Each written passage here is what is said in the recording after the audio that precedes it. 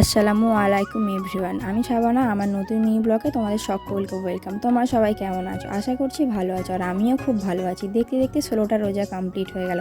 তোমাদের রোজা কেমন কাটছে আমাকে জানিও। আর আজকে ছিল আমাদের মসজিদে ইফতার, তাই সবাই মিলে সকাল থেকে লেগে পড়েছি কাজে। সকাল সকাল না কাজে লেগে পড়লে ইফতারের আগে সব কিছু কমপ্লিট করতে পারবো না, তাই জন্য মাকে এইদিকে সবজি টবজি কেটে হেল্প করে দিলাম। মা রান্না চাপিয়ে দিয়েছে, আর আমার বাবু বসে বসে খেলা করছে।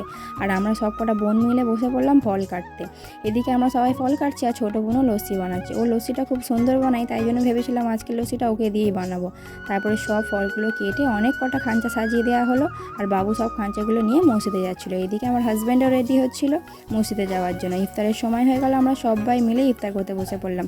আজান হয়ে গেল, আমাদের ইফতারটা কমপ্লিট হয়ে গেল। আলহামদুলিল্লাহ, আজকে ইফতারটা খুব সুন্দরভাবে কাটলো। তারপরে আমরা সবাই মিলে নামাজ কমপ্লিট করে নিলাম, আর সকলে মিলে বসে খাওয়া নামাজ পড়ার একটা মজাই আলাদা। তারপরে মুড়ি টুড়ি খেয়ে নিলাম। আর দেখো, আমার হাজব্যান্ড এই পাঞ্জাবির পিসটা কিনেছে।